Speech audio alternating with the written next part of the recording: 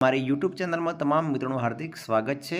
આજના આ વિડીયોમાં આપણે શીખીશું કે eco club for mission life એટલે કે એક પેડ માં કે નામ 3.0 અંતર્ગત ઇવેન્ટ ક્રિએટ કરવી, પ્રતિજ્ઞાપત્ર, ત્યારબાદ સર્ટિફિકેટ કેવી રીતે ડાઉનલોડ કરવું તેના સ્ટેપ બાય સ્ટેપ આ વિડીયોમાં આપણે સમજૂતી મેળવવાના છીએ।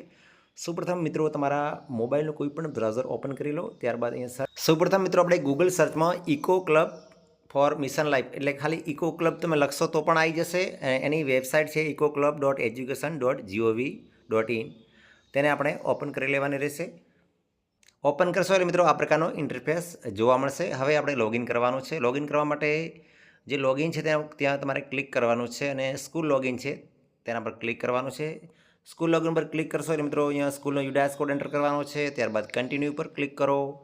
કન્ટિન્યુ પર ક્લિક કરશો એટલે મિત્રો આ પ્રકારનું ઇન્ટરફેસ જોવા મળશે। અહીંયા તમારે પાસવર્ડ એન્ટર કરી અને બાજુમાં આપેલો કેપ્ચા કોડ એન્ટર કરીને સબમિટ પર ક્લિક કરવાનું છે। જો તમને પાસવર્ડ ભૂલી ગયા હોય તો જે ફરગટ પાસવર્ડ છે તેના પર ક્લિક કરવાનું રહેશે।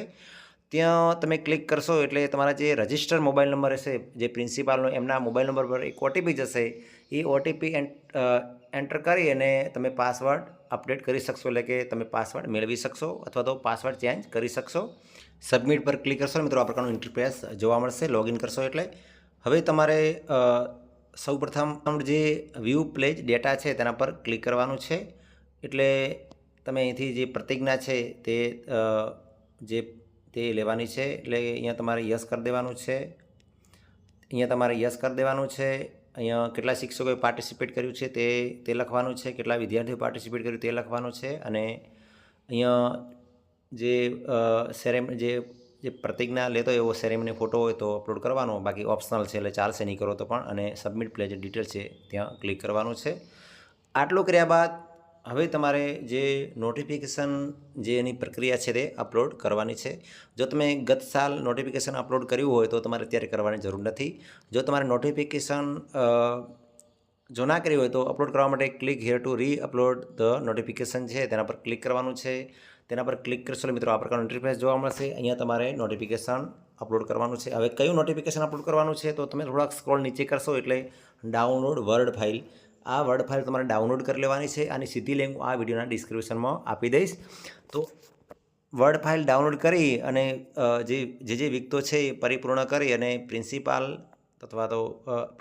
પીજી ટીચર અને સ્ટુડન્ટની સિગ્નેચર કરી અને આ નોટિફિકેશનને આપણે અપલોડ કરવાનું છે।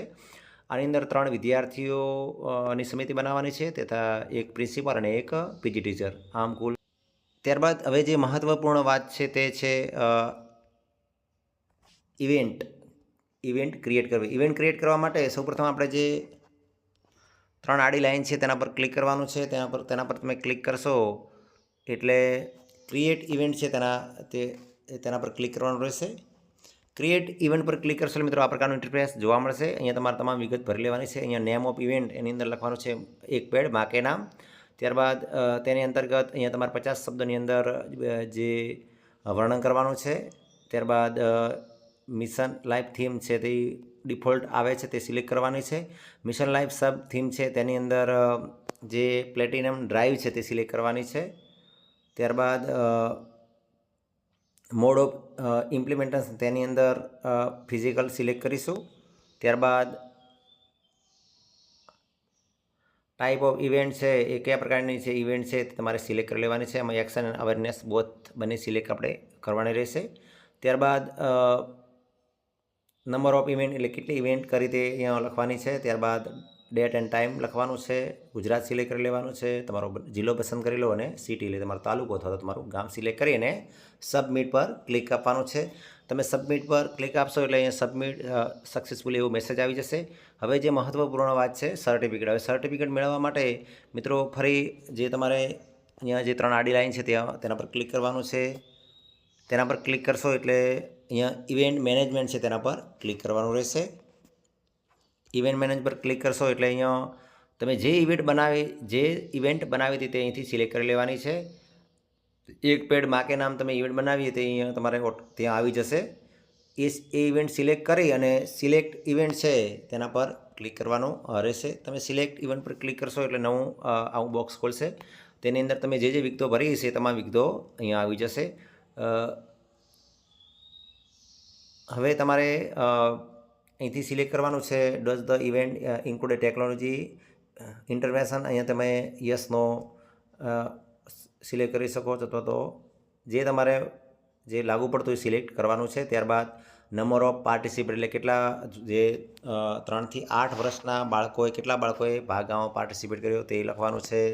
8 થી 11 વર્ષના કેટલા બાળકોએ પાર્ટિસિપેટ કર્યું તે, ત્યારથી 11 થી 14 વર્ષના કેટલા બાળકોએ ભાગ લીધો તે તમામ બાળકોની સંખ્યા લખવાની છે અહીંયા. ત્યારબાદ રાજ્ય તમારો સિલેક્ટ કરી લો, તમારો ડિસ્ટ્રિક્ટ છે જિલ્લો સિલેક્ટ કરી લો અને સિટી. આટલું ટાઈપ કર્યા બાદ હવે તમારે જીઓ ટેગેડ ફોટોઝ છે એ કોઈ પણ 1 કે 2 ફોટો અપલોડ કરવાનો છે. અહીંથી તમે તમારી ગેલેરીમાં તમે ફોટો અપલોડ કરી શકો છો. જો ફોટો અપલોડ ના થાય, એરર આવતી હોય તો જે મોબાઈલના જે પ્લે સ્ટોર ઓપન કરો, તો મોબાઈલનું પ્લે સ્ટોર ઓપન કરો. પ્લે સ્ટોરમાં ઓપનમાં સર્ચમાં આપણે જીઓ ટેગ નામની જે એપ્લિકેશન છે તમારે ઇન્સ્ટોલ કરી લેવાની છે. આ એપ્લિકેશન ઇન્સ્ટોલ કરી અને આની અંદર ફોટો પાડી અને અપલોડ કરવાના છે. જો ન થાય તો, બાકી જો થઈ જાય તો એપ્લિકેશનની જરૂર ઇન્સ્ટોલ કરવાની જરૂર નથી. ત્યારબાદ અહીંયા ફોટો કેપ્શન આપી દેવાનું, જે તમારા મનપસંદ કે ભાઈ વૃક્ષારોપણ એવું કેપ્શન આપી અને જે વિડીયો છે કોઈ પણ 5 વિડીયો અપલોડ કરવાના છે, 3 વિડીયો અપલોડ કરવાના છે. પણ અહીંયા ઓપ્શનલ છે, એટલે વિડીયો તમે અપલોડ નહીં કરો તો પણ ચાલશે. જે સ્ટારવાળી જે વિગતો છે એ ફરજિયાત આપણે અપડેટ કરવી પડશે. જે સ્ટાર છે ત્યાં ફરજિયાત અપડેટ કરવી પડશે. વિડીયોમાં કોઈ સ્ટાર નથી એટલે તમે વિડીયો અપલોડ નહીં કરો તો પણ ચાલશે. આટલું કર્યા બાદ તમામ વિગત ભરાઈ જાય એટલે અપડેટ છે તેના પર ક્લિક કરવાનું છે. અપડેટ પર ક્લિક કરશો એને સક્સેસફુલી અપડેટ એવું આવી જશે. આટલું કર્યા બાદ સીધું આપણે જે હોમ મેનુ છે તેના પર ક્લિક કરવાનું છે. હોમ મેનુ પર ક્લિક કરશો એટલે અહીંયા તમને એક પેડ માં કે નામ સર્ટિફિકેટ અહીંયા જેનું ઓપ્શન જોવા મળશે તેના પર તમારે ક્લિક કરી અને આ સર્ટિફિકેટ ડાઉનલોડ કરી લેવાનું રહેશે. જો મિત્રો તમને મારો વિડીયો ગમ્યો હોય તો મારી ચેનલને ચોક્કસથી સબસ્ક્રાઈબ કરો અને તમારા તમામ મિત્રો સુધી અવશ્ય શેર કરશો. થેન્ક યુ મિત્રો.